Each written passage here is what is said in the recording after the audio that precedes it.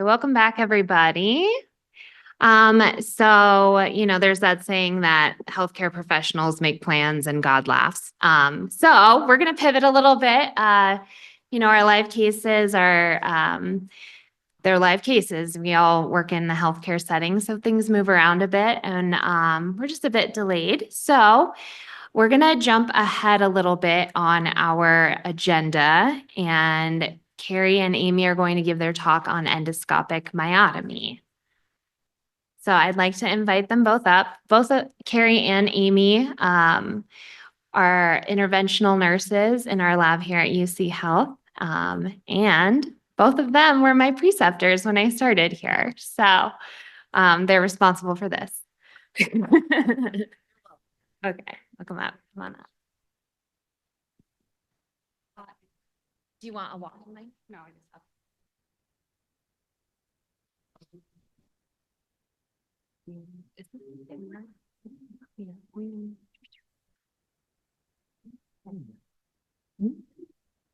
All right. Thanks for coming today, guys. I just wanted to introduce myself. I'm Amy. I've been in GI since about 2020. Before that, my nursing career was all medical ICU. I love the GI lab. I love how in-depth you can get with stuff and keep learning every day. Same. I'm Carrie. I know most of you. Been in GI for 9.5 years. I trained most of the nurses that are in interventional because I'm the oldest besides Marcy.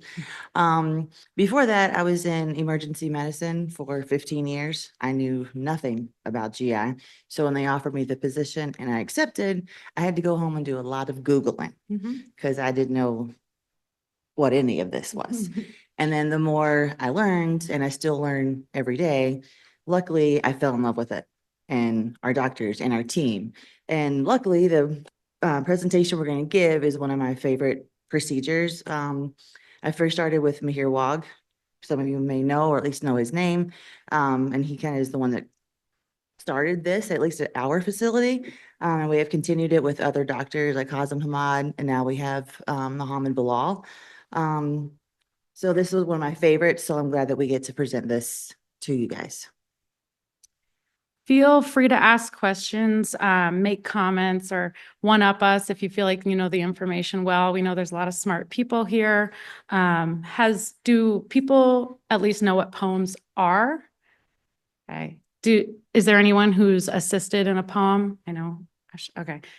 Lots of people.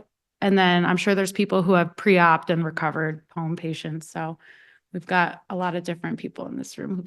Good. Well, at least you guys somewhat understand POEMs, but we're going to dive in pretty deep into how they work and our role as nurses. We have to change that. Yep. I don't know how to do that. All right. Sorry, guys. I'm not very good at this, especially the slides and things. That's just not what I do. So we're going to go over, understand the pathophysiology of achalasia, understand the POEM procedure, talk about what we should do pre, intra, and post procedure. We're going to go over some complications and how we respond to said complications.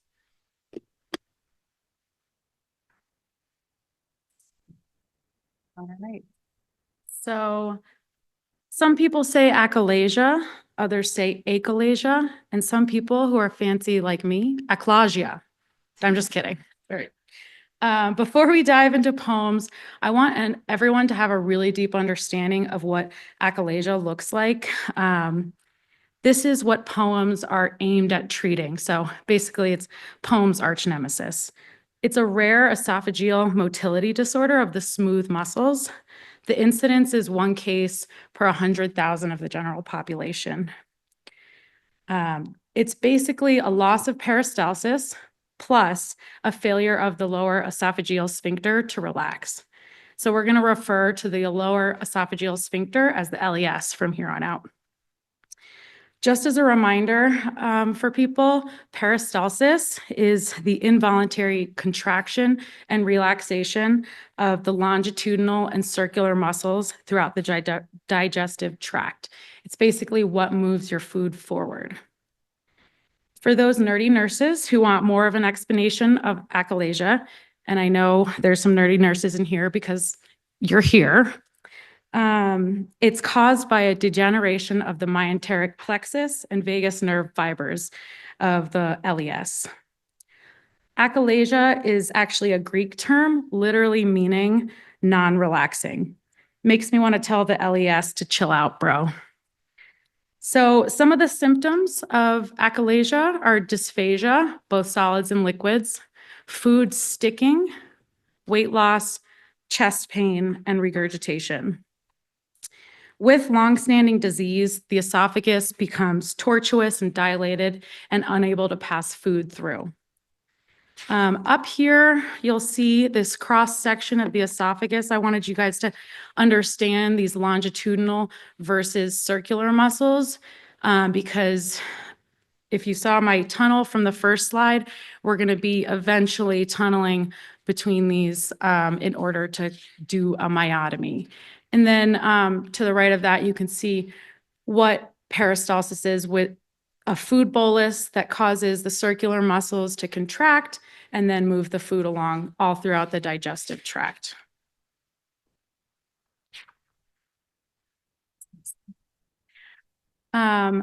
So achalasia is diagnosed using a combination of exams. It's typically diagnosed around the age of 25 to 60 years old. One of the types it can be diagnosed with endoscopy. So what you'll see is a tortuous and dilated esophagus as you go down. You might see food and liquid residue and a narrowed or hypertonic LES that may be hard for the proceduralist to push the scope through. Can also be diagnosed with contrast esophagram or barium swallow. This will show a twisted and dilated esophagus. So that's the picture that you see up here. And then finally, the gold standard for achalasia diagnosis is esophageal manometry. It's a catheter that's placed with pressure sensors on it that's placed past the GEJ. The patient then performs a series of wet swallows and the pressures are measured. We have specific motility nurses that perform these, so I don't personally see them performed much. But basically, it gives us this fancy color-coded graph to help us categorize achalasia. So the cool colors are showing low pressures, and the warm colors are showing high pressures. So it's essentially a heat map with time horizontally and distance along the esophagus vertically. And like I said, this helps us categorize, which is really important in deciding therapy. So Chicago classification is what we'll use. We're diving a little bit deeper into achalasia again, because I know you nerds out there may want to know. It's 3 categories using this classification. It's a fancy chart, but basically type 1, the food relies on gravity to travel down the esophagus. So it's basically just a big tube with no contractions happening. Type 2, the esophagus contracts in sort of a chaotic manner, uncoordinated, causing pressure to build up. And then type 3, it's more of a spastic, disorganized, more like spasms, you can think of it. The gold standard for this is POEMS because we can do a really long myotomy. Type 2 and type 3 have shown the best response to endoscopic myotomy therapy, which you're going to learn about shortly. But first, I want to talk about some other treatments before we dive into POEMS. Of course, we always have to talk about lifestyle modifications. So eating slowly, taking smaller bites of your food, chewing thoroughly. These are all things that can help food pass down the esophagus easier when you have achalasia. Drinking lots of water, avoiding solids 3 to 4 hours before bed, elevating your head of bed. And then medications. So that's going to be your nitrates and your calcium channel blockers. These are going to lower the pressure, basically relax the LES.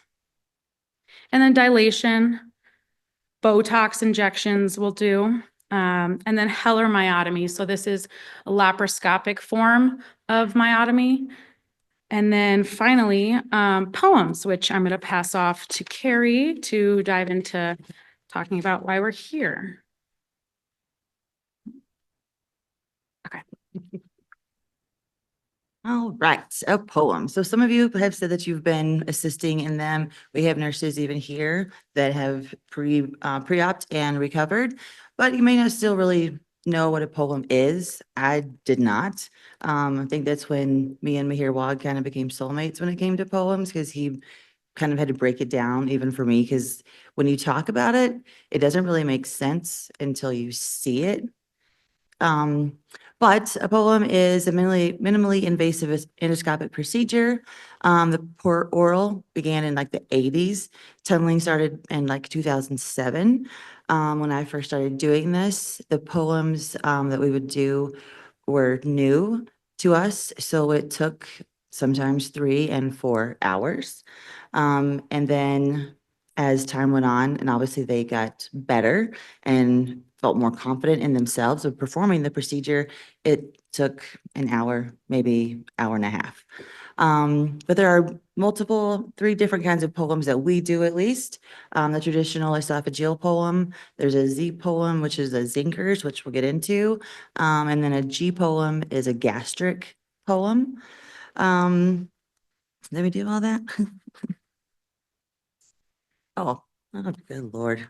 Sorry, like I said, I'm not really good at this. I get very nervous doing this. I kind of want to just hand this to you and say, here. But I won't, because this is what you guys are here for. So I apologize. We're better nurses than we are speakers. Yes, much better, And actually. Marcy's at the bar high, so we're mad at her. Yes, 'cause she was very relaxed and I am very not at all. A couple benefits of the poem over Hellermotomy. It's incision free, shorter recovery time. We can treat a different wide segment of the classifications that Amy described. It works well for type 3. The downside to a poem is that it can cause more GERD because now it's open, so you're going to get some more reflux. So like Amy said, there still are like some risks and things that are going to happen after said procedures that we need to know about, because that's what we do as our nurse role. So we just need to make sure we prepare the patient for what could happen, what can not happen. You're not going to get cured immediately.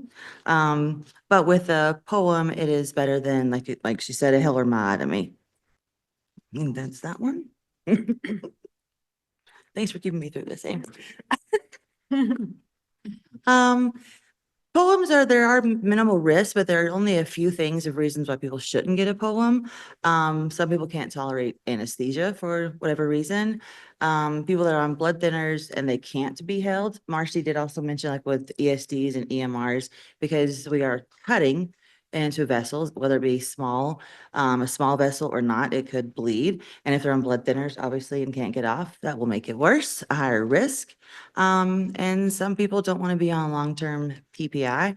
I myself am not a good medicine taker, so I also probably wouldn't want to be on that as well, but so I understand that. So just a few, I mean, so it's not really, so, it kind of applies to everyone, really. Now pre-procedure. I really should have brought my glasses too. Sorry, guys. Sorry, can't help you with that. I know. Thank you. Actually, one of the things that I found interesting, which I guess I didn't know, for pre-procedure education, we wanted to make sure we tell our patients that they can't travel for like at least like 3 or 4 weeks post-procedure. Because, and at first I kind of didn't, I was like, what? That doesn't really make a whole lot of sense. Because if they go, let's say they're on a cruise, we did have a gentleman who was scheduled for a poem and in a few days was going to go on a cruise. Well, what if you have a complication in the middle of the ocean somewhere? Other places may not know what a poem is. They won't know what was done, how to fix it, if they start bleeding. So I honestly didn't, I guess, think of that. I thought maybe for a few days, but it takes time for that incision, even though we close it, it takes time for that to heal. We also need to make sure, like even Marcy said, cessation of blood thinners, and the the new GLP-1s. We want them to not take those. I think it's for about 2 weeks prior. Our doctors also will prescribe an antifungal because they haven't been able to swallow for a while. They may have some candida. If they do, when we first start the procedure, we take a look. If they have candida, then we can't do the procedure, or lots of food, we can't do the procedure. So usually for 2 days, they can only have clears. They need to have only Sprite and water. The carbonation of the Sprite kind of also helps with the candida and getting rid of any maybe residual food. Day of procedure, obviously NPO. And usually our patients will be admitted overnight because they're going to have an esophagram the next morning to make sure there's no perforations, and then they'll be discharged. And the risks, did mention the bleeding already. Obviously, we can perforate because you are dealing with such, I guess, a tiny tube and tiny muscles and tiny vessels.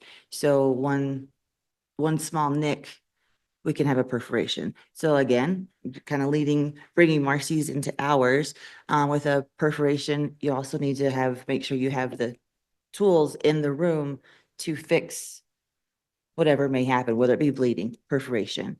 Again, the GERD the patient may have, so when you let them know, they could get an infection during the procedure. They do get antibiotics. I think they do get post antibiotics. We always check the patient because we are laying on CO2 the entire time through the procedure to help open our incision. So there is a risk of a pneumothorax or a pneumomediastinum. Oh, that's you. Thank God.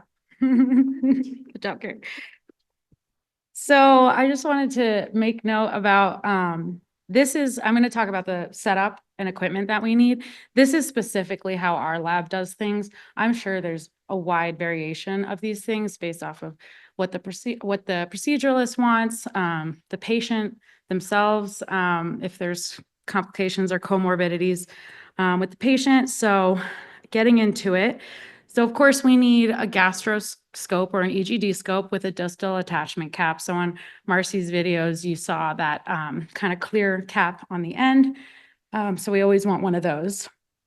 We need an IRB with a grounding pad, of course, because we're going to be cutting. And then some sort of knife. So some proceduralists use the same knife for the tunneling and then the myotomy, and then others will use one type of knife for the tunneling and another type for the myotomy. An injection needle, a cautery device. I'm sure there's lots of used, but we use specifically a coag grasper.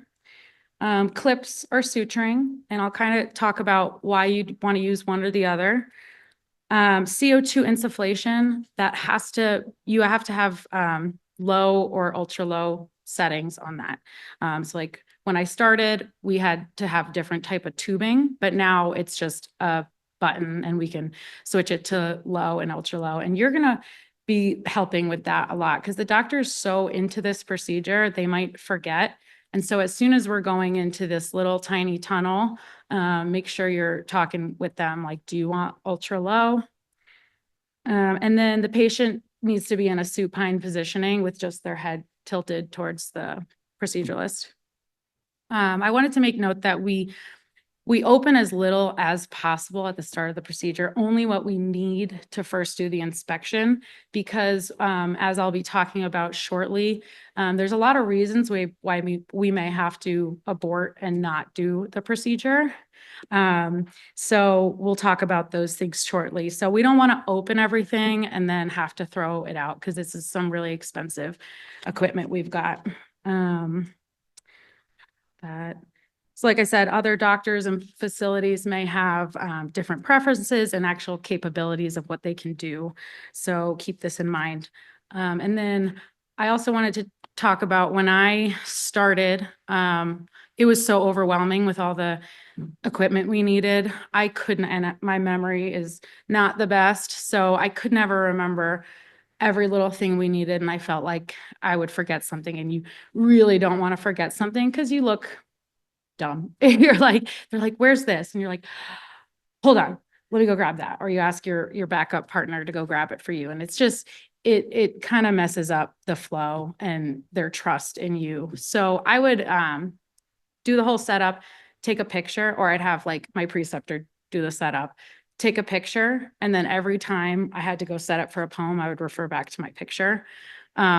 It's funny though, because things change so quickly here. I look back at that picture and it's all different. The tools we use are different. The tubing we use is different for the CO2.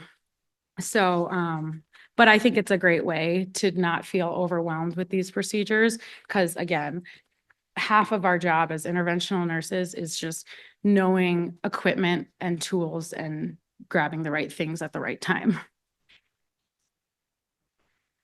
So it's a fairly simple procedure when divided up into steps. So first is inspection, second is injection, and it's sort of like what Marcy was talking about, like we're injecting to get this lift. 3, mucosotomy or incision, 4, tunneling, 5, myotomy, and then 6, mucosal closure. So inspection is super, super important here. The doctor will inspect the esophagus before deciding whether or not the procedure can be performed safely.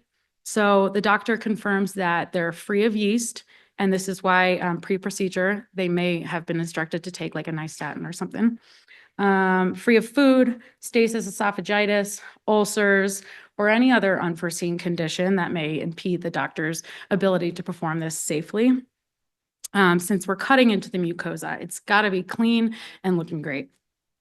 At this time, the doctor will request that the patient be paralyzed and given antibiotics. So this means that it's a go. So we're able to, as nurses, call out to the PACU and say, hey, set this patient up for an esophagram and get them a bed because we're doing the procedure. Most proceduralists require that the patient be admitted after the procedure with strict NPO status, no NG-OG tubes, and a scheduled esophagram. One of our previous providers actually was able to discharge same day. So they'd go straight after the procedure, get an esophagram. As long as there's no tears or perforations or anything else, they were actually able to go home that day. So depends on the provider's preferences, depends on the patient's comorbidities and all that. With the patient in supine positioning, those in the room, including the nurses and the doctors, should feel the abdomen and the neck to check for softness. And you just want a baseline of where they feel, because once you start cutting and putting insufflation in, you're going to really want to be checking that the stomach remains soft and that the neck remains free of crepitus. If you do feel, say, every 5 minutes you're checking, you feel a really firm belly, or you feel like bubbles in the neck, you're going to want to tell doctor, anesthesia, everyone in the room, like, are we either using too much or is this a perforation or a tear? It's really important at this point to have good communication with anesthesia. If they notice an increase, so we're going to tell them at the beginning, let us know if you notice an increase in the CO2 of the patient or a sudden rise in peak pressures, because this means a lot for us. Like, we will probably have to stop the procedure or just suck a lot of the insufflation out. So this procedure is really a communication between doctor, nurse, and anesthesia to make sure everything's safe and we can keep going. Like I said, now you can let them know that it's a go, let the PACU know, so they can request a bed and all that. And then one more thing before we dive into cutting and all that, we like to have a little Post-it note for the doctor stating the time that we inject, cut, start tunneling, end tunneling, start myotomy, end myotomy, and then closure and how many clips we use. I'll hand it back to Carrie. Wow, they are getting really rowdy over there. I know, they are loud. Does the video work? Yeah. I like how cute is that? Okay, just making sure. Again, we're not good at this, so we're just No. making sure things are working. So like Amy said, the setup was easy. Now we're on to the injection site. Oh, no, this is the injection. Increase the time. It's true. Yeah, You're like Marcy did. Sweet. exactly. So that's the lift with the meth blue and saline, just to give us a bleb to bring up the mucosa so we can cut safely. We cut into the mucosa and then he'll start the tunneling, which will be a video momentarily. Like I said, we just use meth blue and saline. And again, I think Marcy's talking hours probably should have been all at the same time. Because like she said, the meth blue helps separate the layers and differentiates the muscles. And in a moment, we'll see once we inject the different layers of muscles that we can cut. You want to cut the circular, not the longitudinal. Is that right? Yes. Another video. Oh, this is still injection. Oh, it didn't move? Okay, here's incision. So are you still on? No, Yeah. we're on Okay, this one. so here's the incision. Incision. And like I said, every place has different tools and devices and needles. Is the hybrid T knife that we use. It's from Kirby. It is the needle of preference. It takes, whereas and cuts. And with the settings that we have, again, every different facility makes different settings, different tools. This is just more facility. So first, place the incision. It's usually about 1.5 to 2 centimeters in length. It's just enough to let the scope go in. Manually to the tummy.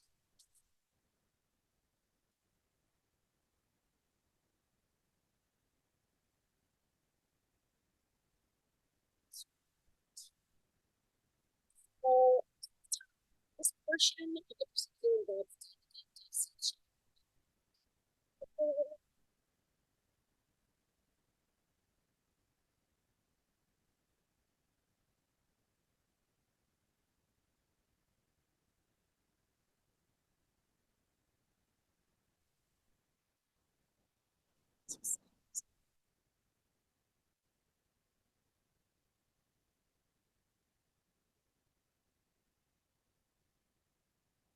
You'll notice like this is our tunnel right now that we've created.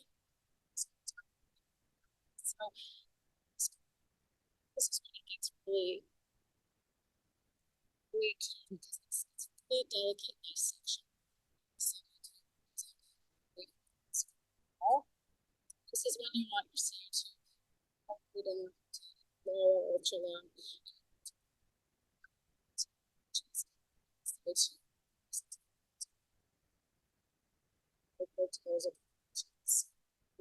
Thing is to use so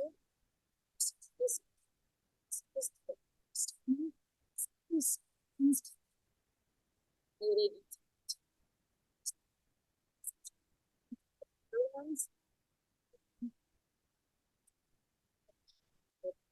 move to coagulate this vessel. If you do hit one and it bleeds, this really affects the visualization for the proceduralist. It's that blue, right? Blue of the stomach, all right.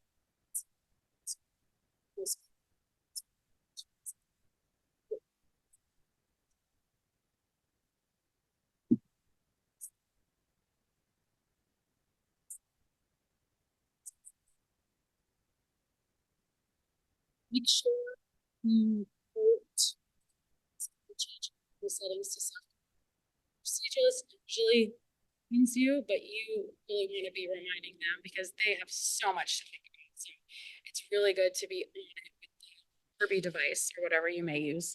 Again, I want to talk about, this is a team approach.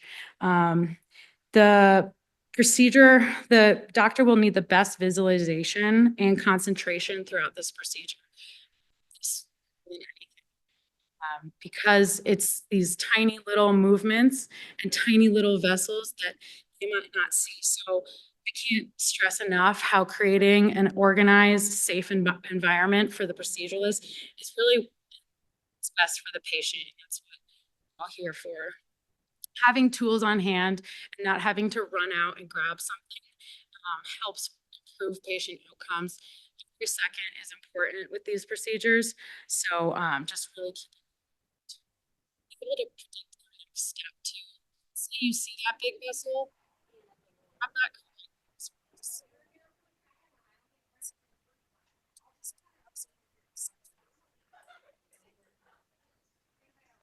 Call out when you see a vessel. But when the knife is too close to us, get to be a season.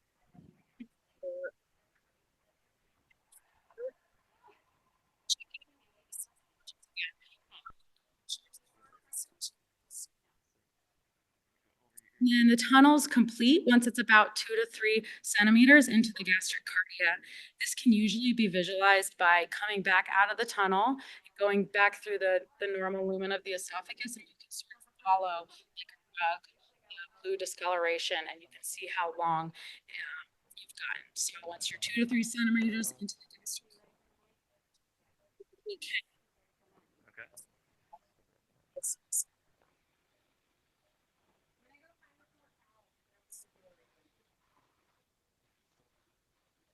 Okay.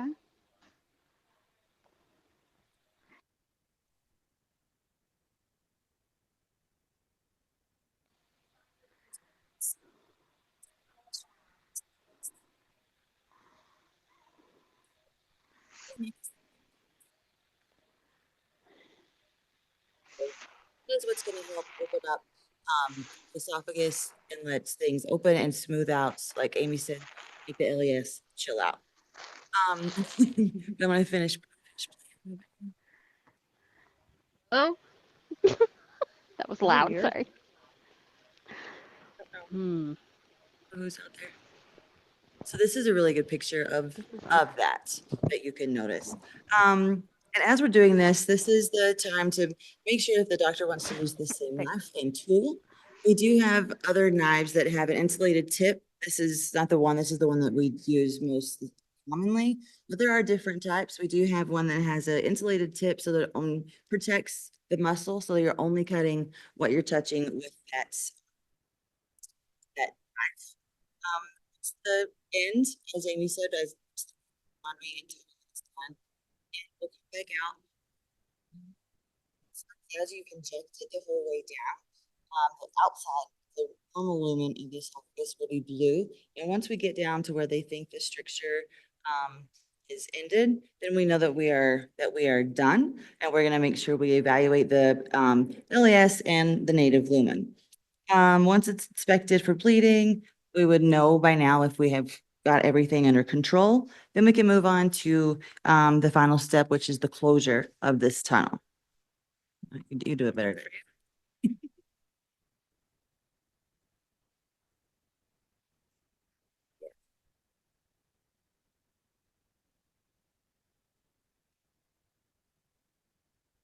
So it's going really fast, but you can see the incision there a little bit.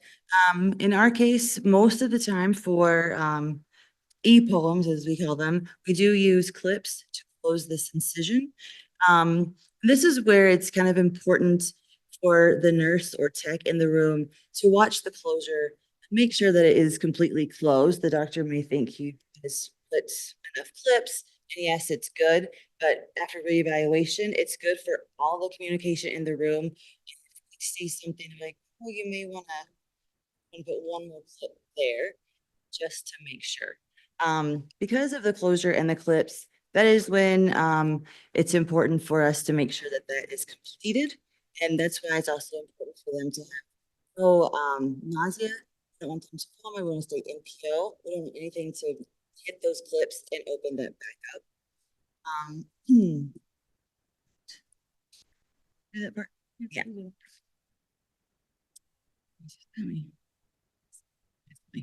All right. So I did say there were other kinds of poems that we do. There's a zinkers and then there's a gastric. For the zinkers, if you don't know or haven't done this kind, it's like a diverticulum kind of in the esophagus. It's like an outpouching that forms, and it's an area of like weakness in the laryngopharynx. We target the muscles of the septum between the esophagus because it's like a little pouch, and sometimes food can get caught in there as well. So we want to open that up. So we'll cut the septum in between the pouch and the esophagus. It's been shown to have lower morbidity and mortality, lower versus the surgical treatment of the zingers. It has a high rate of recurrence with symptoms recurring greater than 10% of patients, but it still at least gives them relief. There's also the gastric poem, the G poem that we do. And it more is for gastroparesis. Sometimes they have poor response. We make sure for like 6 months they've done the dietary modifications, taken their medications. But in these procedures, instead of the LES, the proceduralist will target the pyloric sphincter to relieve the symptoms of gastroparesis. The setup is the same. We're still going to check for crepitus in the neck for the Z poem and the G poem, but also the belly to make sure it doesn't get too distended. For all of the poems in the same, it's all pretty much the same setup. And our post procedure. Our recovery nurses have obviously been doing this for a while. They hear a poem and they're like, okay, we know the drill. But for the patient, it's good for the recovery nurses post and pre for the patient to have had said information, that after the procedure, they're going to be in clear liquids for 3 days once they get discharged, and then full liquid for 3 days, and then a soft diet for the next 2 to 3 weeks. Then they can resume a normal diet after that to make sure, once they know they can swallow properly, they're going to still educate that they need to eat slowly, smaller bites of food, stay sitting up, drink plenty of water while you're eating. You may have some pain. They may have some chest pain. They're going to have some reflux, as we have discussed. So they're going to be on some medications for that. They're going to be on light activity. They need to get up and hopefully walk more so than hard activity, just to help the motility. They can drive, obviously, after the next day, and then as long as they're on any narcotics. 1 to 4 weeks, they can do normal activity. They can even have been back to work. The patient may come back for testing in about 6 months, and then potentially at 2 years and 5 years after the procedure. It's important for the nurse to help the patient understand that this may not fully eliminate their symptoms. It does help open up and help them swallow, but they still are going to have to know that it may not completely help them. And again, the reflux may maybe get worse for them that they haven't noticed before, because now it's opened up, and you're going to see almost like the stent that we saw earlier in Wani's procedure. That stent opened it up, and you saw some of the gastric contents coming up because it hadn't been opened before. All right. So we found an article. Since poems have been around for about a decade and a half, a little bit more now, there are more studies now about the long-term effects. Originally, of course, it was all short-term stuff, but a 2020 report from a Chinese medical journal found that the long-term outcomes of treating achalasia with poem are satisfactory, with an 88% treatment success rate after a follow-up of 7 years or more post-surgery. This treatment success rate, they also found, is comparable to the Heller laparoscopic myotomy. So this is awesome for poems. This study found that a rate of 38% for clinically adverse reflux events. So again, it's going to happen. Because of this, the study also summarized at the end a set of post-poem recommendations. And this was actually from patients with achalasia who have undergone the poem procedure. So They summarized what they basically said people need to do, which is 1, alternate between eating and drinking water when consuming dry food, walk for 10 to 30 minutes following dinner, allow at least 4 hours between dinner and falling asleep, and then avoid chili peppers, seafood, and liquor. That's kind of a bummer. Once again, it's good to set realistic expectations for your patients and provide lots of pre and post procedure education. Again, you're not getting your peristalsis back. We're giving you a tube that now the food can get through. So that comes with, understanding you're not getting a brand new esophagus. And then finally is Bilal here? Do it. No, Hey, Dr. Wani, or maybe he's doing stuff. is Bilal coming? He's busy. Okay. Does that one want to do it?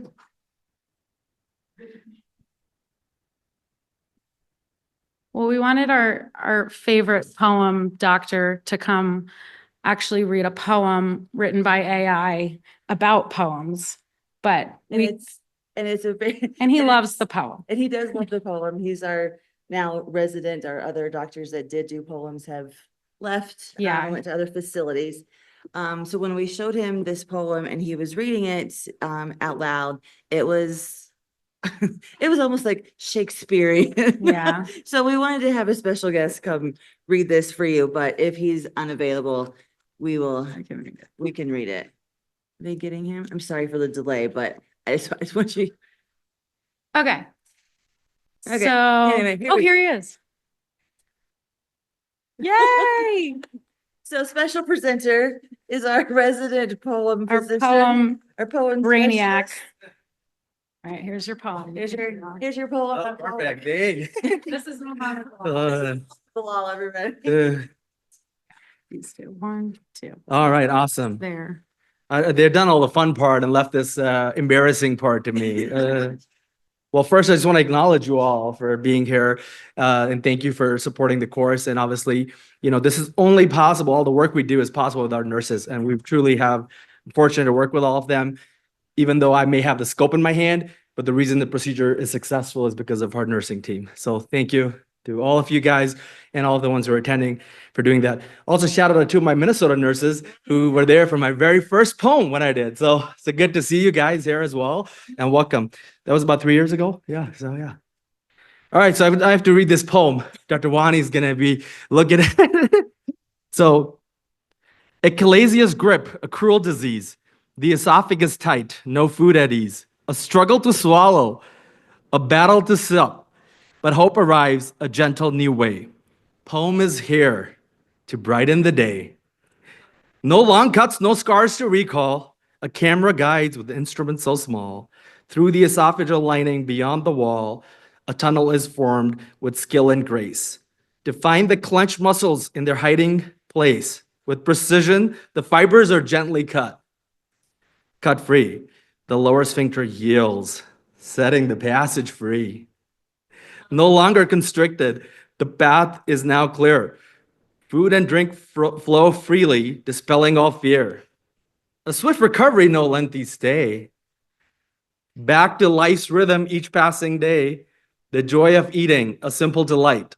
Return to the body, a welcomed new right. Home, a marvel, a gentle release.